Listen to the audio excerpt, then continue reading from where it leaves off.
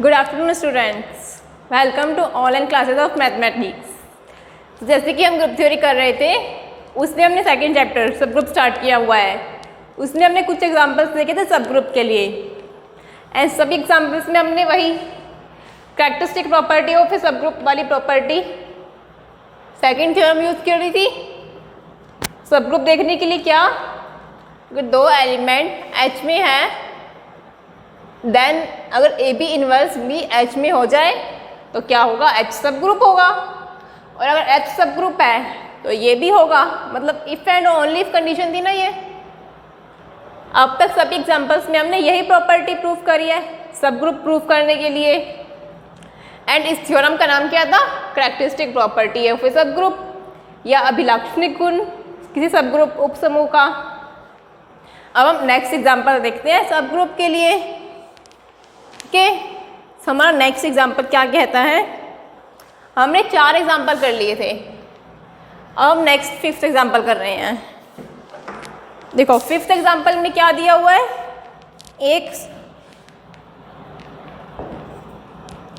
यदि ए किसी समूह जी का एक अवयव है। देखो जी क्या है, हमारा ग्रुप या समूह, ए एलिमेंट है जी का। हमें दिखाना है इसका प्रसामान्यक या नॉर्मलाइजर। किसे डिनोट करते हैं, नॉर्मलाइजर ऑफ ए। नॉर्मलाइजर हमेशा किसी अवयव का होता है, जैसे हमने अवयव लिया ए जी में से, उसका नॉर्मलाइजर या प्रसामान्यक। अब ये किस टाइप से डिफाइन होता है नॉर्मलाइजर, इसमें इस टाइप के एलिमेंट आते हैं जी के वो एलिमेंट आते हैं जो ए के साथ कम्यूट करें, मतलब आपस में क्रम विनिमय प्रॉपर्टी सेटिस्फाई। वही एलिमेंट जो ए के साथ, ए के अलावा भी कर सकते हैं, हमें कोई दिक्कत नहीं है, बट ए के साथ तो होने ही चाहिए। मतलब x a is equal to a x. Commutative के लिए यही करते हैं, इधर साइड से ऑपरेट करें या इधर साइड से, एक ही बात है, इक्वल आने चाहिए। ये हो गया हमारा नॉर्मलाइजर। हमें क्या दिखाना है कि नॉर्मलाइजर ऑफ ए हमारा सब ग्रुप है, जी का सब ग्रुप दिखाना है हमें नॉर्मलाइजर को।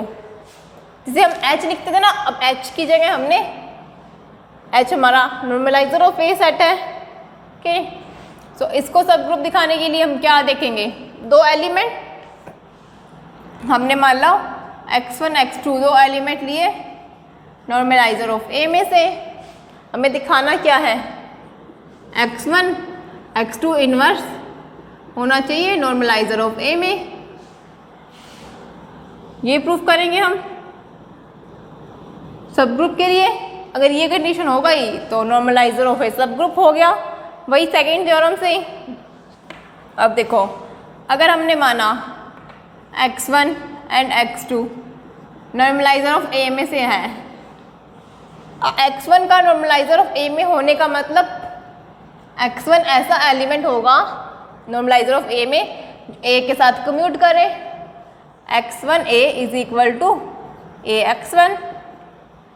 वैसे ही x2 का नॉर्मलाइजर ऑफ ए में होने का मतलब x2 कम्यूट करें, x2 a is equal to a x2। डन की कंडीशंस होगी। अब हमें निकालना क्या है, x1 x2 inverse normaliser of ए में। अब देखो, अब ये नॉर्मलाइजर ऑफ ए में दिखाने का मतलब वही कौन से एलिमेंट आएंगे जो ए के साथ कम्यूट करें। हमें दिखाना है x1 x2 इनवर्स ए को ए के साथ ऑपरेट करें या इधर साइड से, तो इक्वल आना चाहिए, ये दिखाना है। क्योंकि नॉर्मलाइजर ऑफ ए में इसी टाइप के एलिमेंट आएंगे जो इस कंडीशन को सेटिस्फाई करे। अब ये इस कंडीशन को सेटिस्फाई करे, हमें ये दिखाना है। साथ के साथ वो एलिमेंट हमारा ग्रुप जी में होना चाहिए। अब देखो x1 x2 नॉर्मलाइजर ऑफ ए में है, हमने लिए हैं, तो x1 x2 जी में भी होंगे। अब देखो अगर x1 जी में है तो क्या x2 जी में होगा, x2 भी है बट x2 इनवर्स जी में होगा, x2 इन्वर्स भी जी में है। अब साथ के साथ x1 closure property, x1 x2 inverse भी हमारा जी में हो गया। सबसे पहले तो ये हमारे ऐसे एलिमेंट जी में से लेने हैं, कौन से, कि इस प्रॉपर्टी को हमारी सेटिस्फाई करें, मतलब इस प्रॉपर्टी को हमारी सेटिस्फाई करें। डन। बट अब इसके लिए हमें देखेंगे x1 x2 के लिए तो हो गया, अब हम देखेंगे x2 इन्वर्स के लिए भी होता है क्या, क्योंकि तभी तो हम ये वाला इक्वल प्रूफ कर पाएंगे। x2 इन्वर्स यहाँ है ना, तो इसलिए अब हम x2 इन्वर्स के लिए देखते हैं। ये नॉर्मलाइजर की डेफिनेशन सीखी हुई है। अब देखो, अगर हमारे पास है ax2 is equal to x2a, यही है, ये इक्वल लिख लो या ये ऐसे लिख लो, कोई डिफरेंस नहीं है ना। अब इसके लिए हम क्या करेंगे, हम दोनों तरफ x2 इन्वर्स से ऑपरेट, इधर साइड से, लेफ्ट साइड से x2 इन्वर्स से ऑपरेट कर दिया हमने, साथ के साथ राइट साइड से भी, क्योंकि अगर दोनों तरफ ऑपरेट करें हैं इक्वल में तो कोई डिफरेंस नहीं होता ना, कर सकते हैं मल्टीप्लाई। तो अब एसोसिएटिव प्रॉपर्टी लगा सकते हैं, क्योंकि है तो देखो ग्रुप के लिए एसोसिएटिव थी, तो H सबसेट के लिए तो थी, हमने देखा था एसोसिएटिव प्रॉपर्टी साहचर्य था, तो x2 इन्वर्स a, एंड इसके लिए x2 इन्वर्स। अब यहाँ x2 इन्वर्स x2 एंड यहाँ a x2 इन्वर्स। डन। साहचर्यता प्रॉपर्टी या एसोसिएटिव प्रॉपर्टी। अब देखो इसको क्या लिखेंगे, x2 इन्वर्स a, किसी एलिमेंट को उसके इन्वर्स के साथ ऑपरेट करें। देखो x2 क्या था, g का एलिमेंट था ना, g के अंदर तो उसका इन्वर्स मिलता ही है, x किसी एलिमेंट को उसके इन्वर्स से ऑपरेट, आइडेंटिटी, एंड यहाँ वही आइडेंटिटी, और ये ax2 इन्वर्स। लिखना चाहो तो लिख लो, x2 inverse is equal to identity is equal to x2 inverse x2। Done. अब आइडेंटिटी तत्समक को किसी अवयव के साथ ऑपरेट करने पर वही अवयव, मतलब x2 inverse a is equal to, यहाँ भी वही सेम कंडीशन, तो ax2 इन्वर्स हो गई ये कंडीशन। अब देखो हम निकालना क्या चाह रहे थे, x2 अगर हमें निकालना है x1 x2 इन्वर्स नॉर्मलाइजर में, तो उसके लिए x2 इन्वर्स भी तो नॉर्मलाइजर में होना चाहिए, कि यहाँ से अगर हमने x2 से ऑपरेट x1 इन्वर्स से ऑपरेट कर दिया तो x2 इन्वर्स आना चाहिए ना नॉर्मलाइजर ऑफ ए में। अब देखो ये क्या नॉर्मलाइजर की डेफिनेशन नहीं है, कौन से एलिमेंट, जी के वो एलिमेंट, x2 इन्वर्स जी में था, जी के वो एलिमेंट जो a के साथ कम्यूट करें, a के साथ x2 inverse a is equal to a x2 inverse, commute कर रहा है a के साथ, इसका मतलब जो हमारा x2 इन्वर्स था वो किसने बिलोंग कर रहा है, नॉर्मलाइजर ऑफ a में। डन। तो अगर जब भी हम x2 हमारा एक एलिमेंट नॉर्मलाइजर ऑफ a में था तो उसका इन्वर्स भी नॉर्मलाइजर ऑफ a में बिलोंग कर जाएगा। x1 था, x1 लेते तो उसके लिए भी उसका इन्वर्स बिलोंग कर जाता, इसका मतलब x2 नॉर्मलाइजर ऑफ a में इम्प्लाइज करता है कि उसका इन्वर्स भी नॉर्मलाइजर ऑफ a में बिलोंग करेगा, या प्रासान्यक ग्रुप, प्रासान्यक में, असामान्यक में। डन। अभी कंप्लीट नहीं हुआ, अभी तक हमने क्या दिखाया है, x2 इन्वर्स दिखाया है, बट हमारा मेन टास्क तो क्या है, x1 x2 इन्वर्स दिखाना है नॉर्मलाइजर ऑफ ए में। चलो उसको दिखाते हैं। उसके लिए हमें इसको इसके इक्वल हम ये लेके चलते हैं, x1 x2 इन्वर्स a, ये लेके चलो या ये लेके चलो, डन। या अगर बुक के अकॉर्डिंग करना है तो ये लेके चल लो ताकि कंफ्यूजन ना हो को, ये लेके चल लो, चाहे तो ये लेके चलोगे तो ये आ जाएगा, ये लेके चलोगे तो ये। हम लेके चल रहे हैं अगर राइट हैंड साइड। अब एसोसिएटिव प्रॉपर्टी अप्लाई कर सकते हैं। AX1 X2 inverse associative AX1 कितना है, फर्स्ट इक्वेशन AX1 मतलब X1A by first AX1 is equal to X1A। अब इसके ऊपर वापिस associative property X1 AX2 inverse. अब AX2 इनवर्स कितना है ये अभी हम दिखा के आए हैं, मतलब AX2 इनवर्स को हम लिख सकते हैं X2 इनवर्स A। इसको इक्वेशन नाम देना चाहो तो सेकंड इक्वेशन नाम दे सकते हो, by second AX2 inverse is equal to X2 inverse A। Done.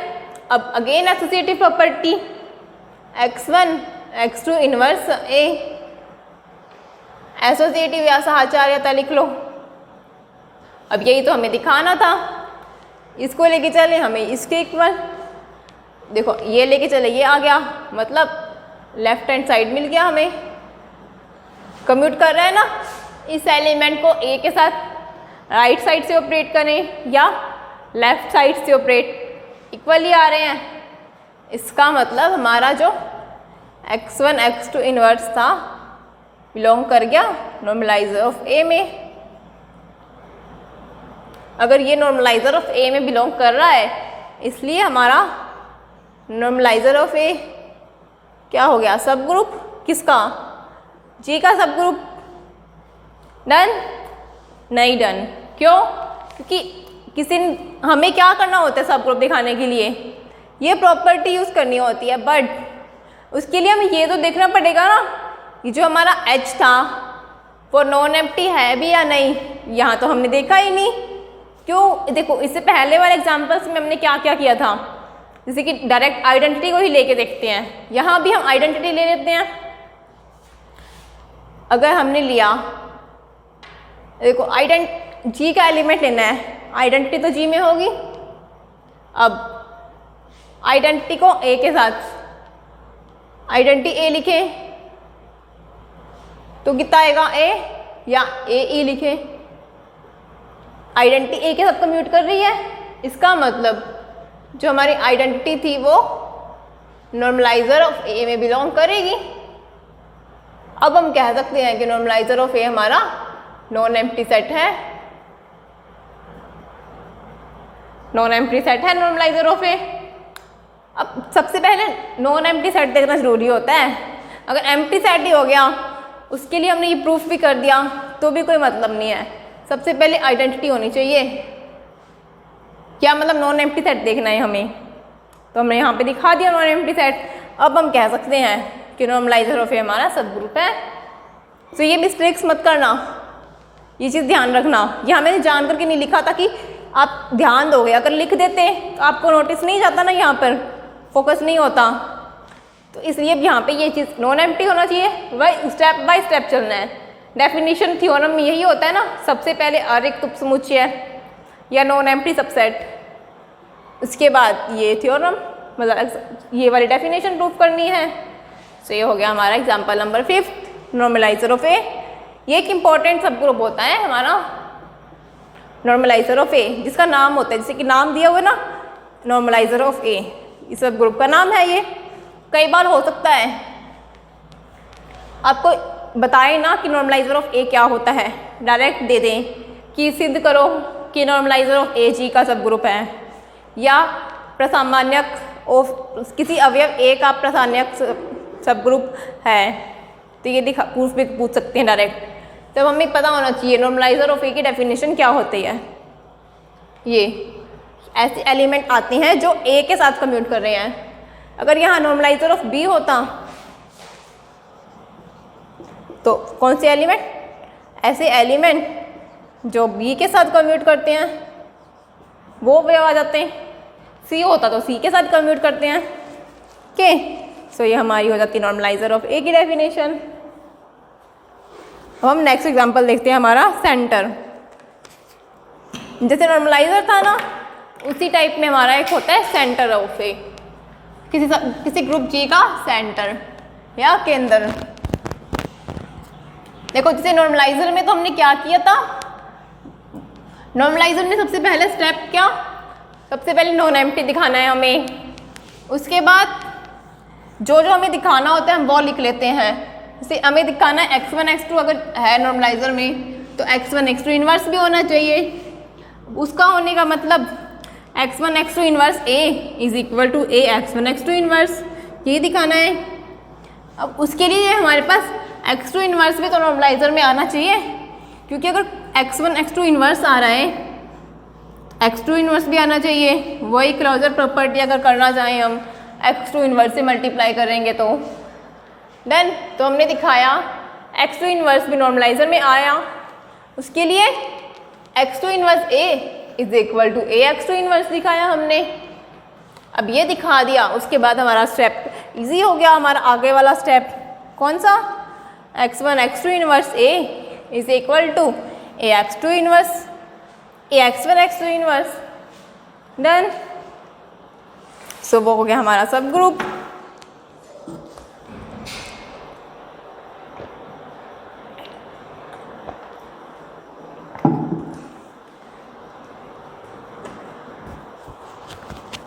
अब हमारा नेक्स्ट 6th एग्जाम्पल है किसी ग्रुप जी का केंद्र या सेंटर, सेंटर ऑफ जी दिखाना है हमें। सेंटर ऑफ जी को जी का सब ग्रुप शो करना है। अब सेंटर ऑफ जी क्या होता है, ऐसे एलिमेंट आएंगे जी के कि X ji is equal to ji X for all ji belongs to जी।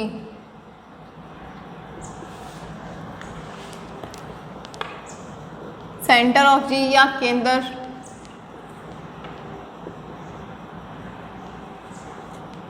देखो नॉर्मलाइजर ऑफ में कौन से एलिमेंट आ रहे थे जो सिर्फ उस ए के साथ कम्यूट करें, ए के अलावा भी कम्यूट कर सकते हैं, बट हमारा मेन मोटिव सिर्फ ए के साथ कम्यूट करवाना ही था।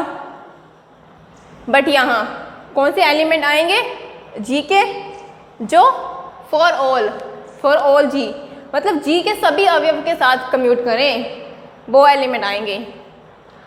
जी का कोई भी अवयव ले, फॉर ऑल मतलब G1 लिया, G2 G3 G4 etcetera XG1, अगर 4 एलिमेंट है माना तो XG1 is equal to G1 X1,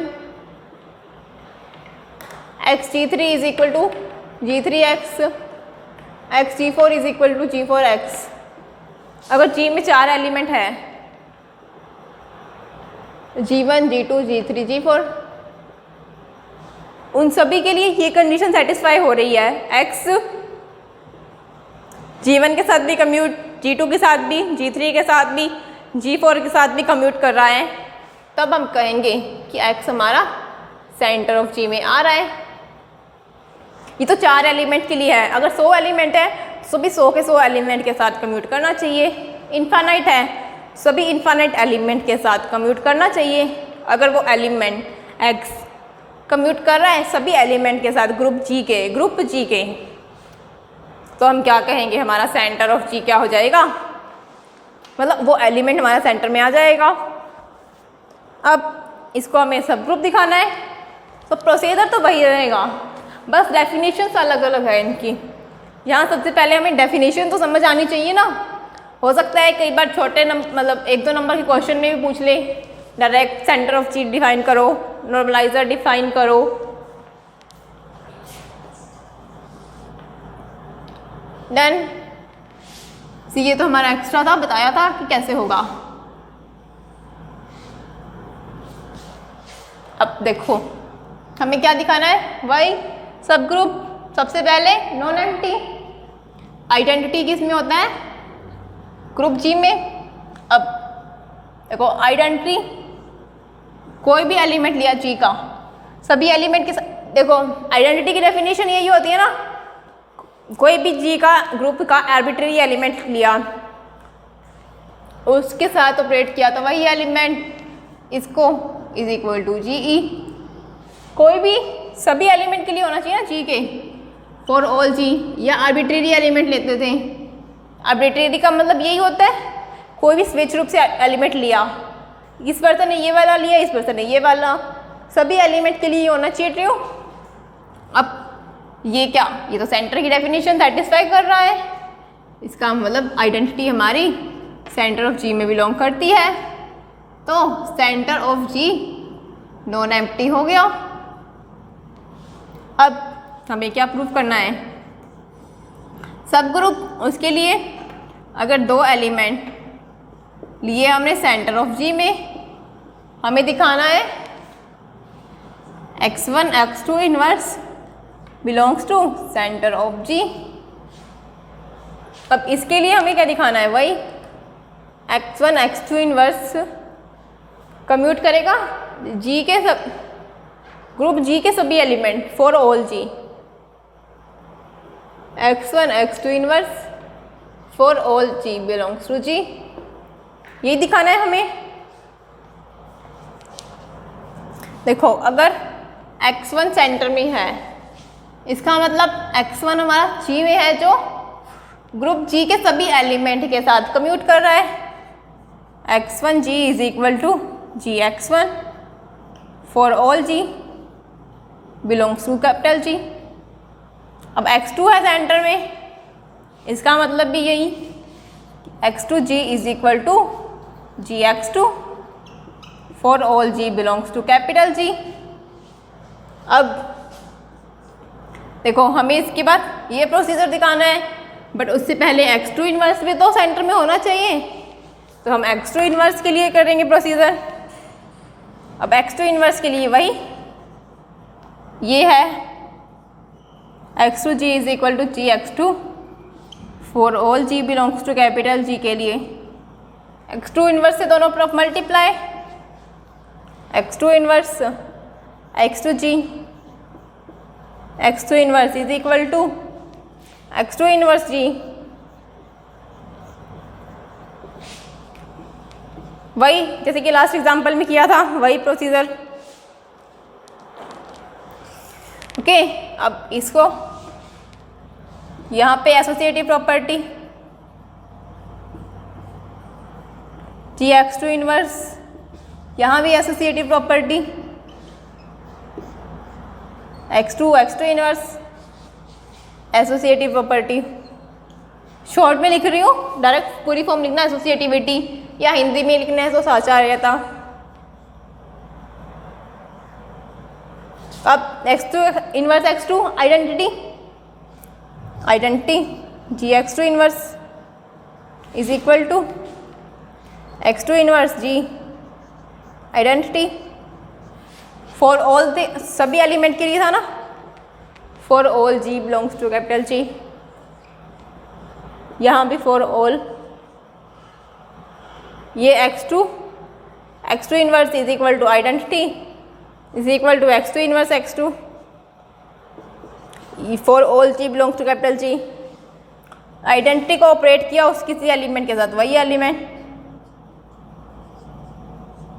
same last वाला एग्जांपल वाला प्रोसीजर है। तो x2 इनवर्स क्या हो गया, सभी एलिमेंट के साथ कम्यूट कर रहा है जी के सभी एलिमेंट, इसका मतलब x2 इनवर्स x2 क्या हो गया हमारा,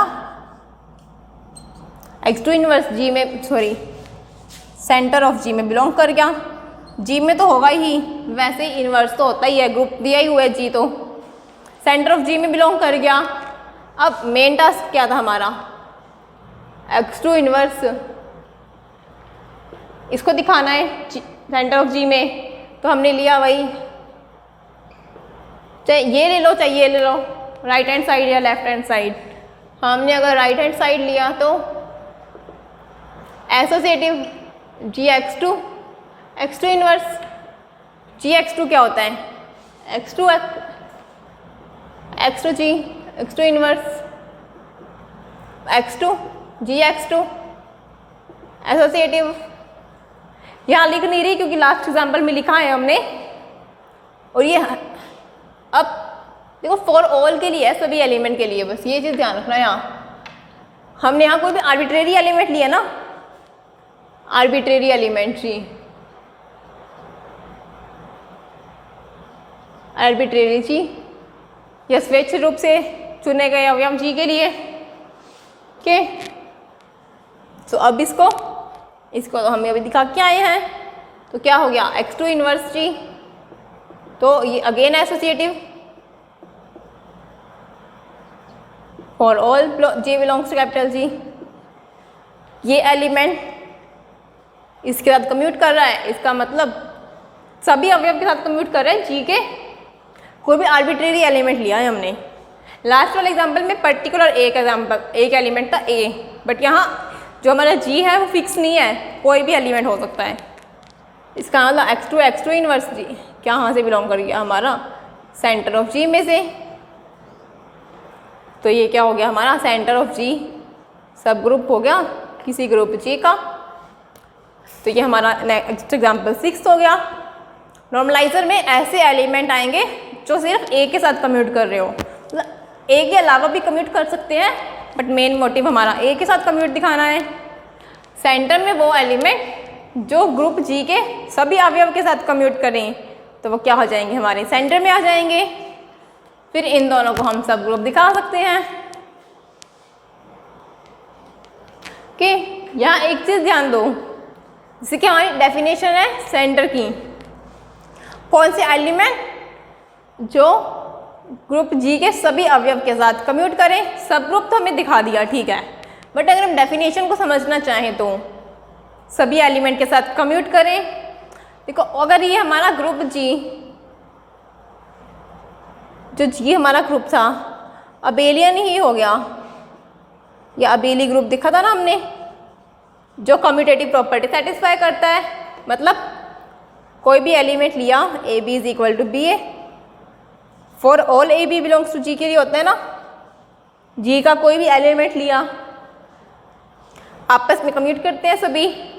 तो कोई भी एलिमेंट एक्स जो हमारा था जी का एलिमेंट था, एक्स भी जी का, और जो हमारा स्मॉल जी है वो भी तो जी का एलिमेंट ही है, कोई भी आर्बिट्रेरी या फॉर ऑल। इसका मतलब यहाँ भी x ji is equal to क्या हो जाएगा, जी एक्स। डन, नोट लगा लो यहाँ पे, ये नोट लगा लो, X ji is equal to ji X. इसका मतलब सभी एलिमेंट के लिए ही ये कंडीशन सेटिस्फाई हो रही है, जी के सभी एलिमेंट के लिए, क्योंकि अबेलियन ग्रुप का मतलब यही होता है सभी एलिमेंट कम्यूट करें आपस में, सभी के लिए कंडीशन सेटिस्फाई हो रही है। तो सेंटर ऑफ जी में जी के कौन से एलिमेंट जो इस कंडीशन को सेटिस्फाई करें, अब जी के सभी एलिमेंट के लिए ही हो रही है कंडीशन सेटिस्फाई। इसका मतलब सेंटर ऑफ जी कितना आ जाएगा हमारा, जी। अगर जी हमारा अबेलियन ग्रुप है, यदि लिख लो, यदि जी अबेलियन ग्रुप है तो centre of G is equal to G, मतलब वो जो ग्रुप था ना हमारा उसी के इक्वल आ जाएगा सेंटर। सब ग्रुप था जी, सेंटर ऑफ जी वो जी के इक्वल ही। क्यों? क्योंकि सभी वो एलिमेंट जो जी के सभी एलिमेंट के साथ कम्यूट करें। अगर अबेलियन ग्रुप है, सभी एलिमेंट आपस में कम्यूट करते हैं, तो जी के सभी एलिमेंट ही आ जाएंगे, सभी एलिमेंट के साथ कम्यूट करें तो हमारा सेंटर ऑफ जी हो जाएगा हमारा कैपिटल जी के इक्वल।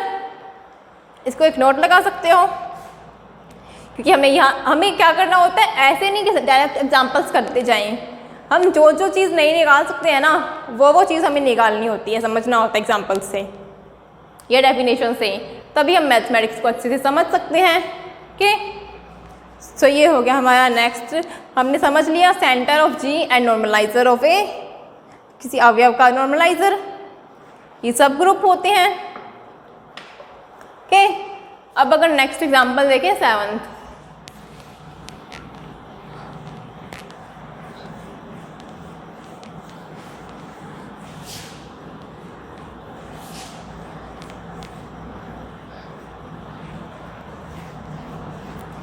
अब देखो ग्रुप, जब हमने फर्स्ट चैप्टर किया था ग्रुप, उसमें हमने कुछ एग्जांपल्स किए थे ना ग्रुप के लिए, कि ग्रुप दिखाना है, कुछ ही सेट दिए थे उनको ग्रुप दिखाना है। उसमें क्रमित युग्म वाला भी तो एग्जाम्पल था एक, ए बी, एक एलिमेंट ए बी लिया, दूसरा एलिमेंट सी डी, उनकी डेफिनेशन कंपोजिशन क्या थी, A C B C plus D. याद आ रहा है कुछ कुछ? फर्स्ट चैप्टर में जहाँ हमने एग्जाम्पल्स प्रूफ किए थे उसमें हमने दिखाया था इस सेट को ग्रुप। अब ग्रुप दिखाया था तो उसका इन्वर्स भी दिखाया था, आइडेंटिटी भी। हमारा एग्जाम्पल नंबर 8 था वो फर्स्ट चैप्टर का। अब यह हमारा 7th एग्जाम्पल है इसका, इसमें हम उसी का यूज़ कर रहे हैं। देखो जी हमारा यहाँ जी किस टाइप से डिफाइन है, वास्तविक संख्याओं की क्रमित युग्म, मतलब वो एलिमेंट आएंगे ए बी की सच डेट ए बी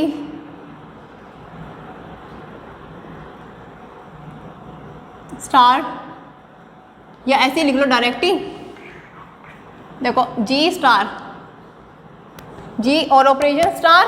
अब स्टार में स्टार किस टाइप से डिफाइन था, ए बी और सी डी हमने किया, ओ नहीं स्टार था यहाँ पे।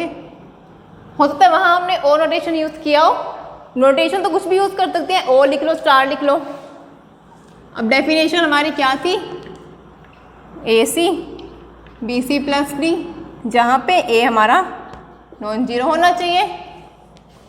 इस टाइप के एलिमेंट आ रहे थे जी के अंदर, ए बी जो इस कंडीशन को सेटिस्फाई करे, स्टार वाली कंडीशन को। डन। अब हमें दिखाना है एच। एच क्या दिया हुआ है, देखो क्वेश्चन ध्यान से पढ़ो। सबसे पहले इन्होंने दिया हुआ है, माना जी वास्तविक संख्याओं के सभी क्रमित युग्म, वास्तविक संख्याएं मतलब रियल नंबर, ए और बी हमारा रियल नंबर में से है, जहाँ ए नॉन जीरो और स्टार ऑपरेशन स्टार कंपोजिशन ये इसको सेटिस्फाई कर रहे हैं। साथ में उसके अलावा क्या जी के वन बी रूप वाले सभी अवयवों का समुच्चय है, मतलब वन बी इस टाइप के एलिमेंट तो जी में से ले रहे हैं हम, जहाँ बी क्या है non zero, sorry b non zero नहीं है, इस टाइप के एलिमेंट। देखो एच जी हमारा ये था, एच क्या है सबसेट है जी का सबसेट वन बी, इसमें एलिमेंट किस टाइप के आएंगे, इस फॉर्म के।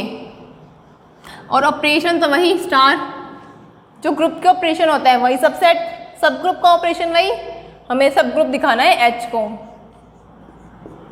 एच को जी का सब ग्रुप दिखाना है। अब इसके लिए वही फिर प्रोसीजर, कोई एलिमेंट लिया हमने एच के से, एक लिया 1b1, दूसरा लिया 1b2, बिलोंग्स टू एच, हमें दिखाना है 1b1 star 1b2 inverse H में से। टू प्रूफ यही हम सिद्ध करेंगे। डेफिनेशन देखो वहाँ पे एक्स वाई था, एक्स किस फॉर्म का है, एक्स वाई लिख लो, इसको लिख लो एक्स, इसको लिख लो वाई, मतलब ये क्या हो गया हमारा x star y inverse belongs to H, ये हो गया। अब देखो इसका इन्वर्स निकालना है। इन्वर्स निकालने के लिए जो हमारा 8th एग्जाम्पल था ना, by example 8 of first chapter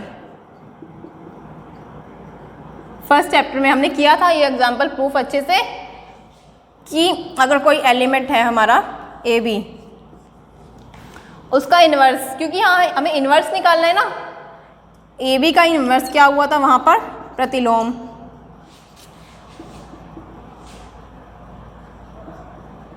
हमने निकाला था 1/a माइनस b/a। अब यहाँ वापस नहीं करवा रहे, क्यों, क्योंकि वहाँ हम करके आए हैं। बट अगर एग्जाम में आता है या क्वेश्चन आपका, तो आपको ये इन्वर्स दिखाना होगा करके, वही procedure a b star c d मान लो, इसका inverse is equal to identity क्या आई थी हमारी 1 0, तो हमारी सी डी की वैल्यू आ जाएगी कितनी 1/a minus b/a, a b का होल इनवर्स कितना आया 1/a माइनस b/a। डन। इसका इनवर्स, हमें किसका इनवर्स निकालना है 1/b2 इनवर्स, इसका इनवर्स निकालना है हमें। इसका इनवर्स देखो 1 फर्स्ट कंपोजिशन पे क्या आएगा 1/a। a क्या है 1, मतलब 1/1। सेकंड के लिए माइनस b था जो, उसका माइनस, यहाँ b2 था, माइनस b2/a, यहाँ a की वैल्यू 1, दिस उसको अपॉन 1/1 तो 1, माइनस b2/1 माइनस b2। इसका इन्वर्स कितना हो गया ये। अब हमें क्या दिखाना है, हमें दिखाना है 1b1 स्टार 1b2 इन्वर्स। अब इसको दिखाने के लिए क्या, देखो 1b1 स्टार 1b2 इन्वर्स, इसको दिखाना है हमें एच में। अब इसका ऑपरेशन देखो, ऑपरेशन के लिए 1b1 इन्वर्स कितना स्टार 1 माइनस b2। अब ऑपरेशन का किस टाइप से डिफाइन है हमारा ऑपरेशन, ये ऑपरेशन तो जो जी के अंदर होगा वही एच के अंदर, a b c d, a c 1/1, then b C plus d, second b1 c d कितना माइनस b2, कितना हुआ 1b1 माइनस b2। इसका स्टार कंपोजिशन हमारी इस टाइप से डिफाइन, उसकी डेफिनेशन से A C B C plus D by star composition. Then अब हमें क्या देखना है, ये हमारा एच के अंदर होना चाहिए। जो बी था हमारा रियल नंबर तो था ही ना, क्योंकि वास्तविक संख्याओं का समुच्चय है जी, सबसेट भी तो रियल नंबर ही होगा। क्या लिया हुआ है, लिखा हुआ है इन्होंने। डन। तब यहाँ हम देखते हैं कि हमारे एलिमेंट कहाँ से आ रहा है। ये क्या हमारा h का अवयव है, किस फॉर्म का होना चाहिए h के अवयव, फर्स्ट पर 1, यहाँ फर्स्ट पे 1, सेकंड पे कोई भी b, मतलब b हमारा रियल नंबर में से होना चाहिए। यहाँ हमने लिया अगर b1 रियल नंबर है, b2 real number, b1 minus b2 भी रियल, इस फॉर्म का हो गया। इसका मतलब 1b1 माइनस b2 हमारा h में बिलोंग करता है, ये h में बिलोंग कर रहा है, ये भी h में बिलोंग करेगा। 1b1 स्टार 1b2 को होल इनवर्स किस में बिलोंग कर गया, हमारा h के अंदर। तो h क्या हो गया, हमारा सब ग्रुप हो गया g का। h जो सेट था हमारा g का सब ग्रुप हो गया। ओके, तो ये हमने नेक्स्ट एग्जांपल देख लिया। देखो इसमें ज़रूरी नहीं है कि डायरेक्ट ऑपरेशन ही दे दे, मल्टीप्लिकेशन या एडिटिव वाले। अब देखो यहाँ इन्होंने अलग ग्रुप दे दिया ना जी, हालांकि ग्रुप तो है, ये हम करके आए हैं एग्जांपल्स में, फर्स्ट चैप्टर के एग्जांपल्स में। अब ये ग्रुप दे दिया तो उन्होंने इस फॉर्म का दे दिया h।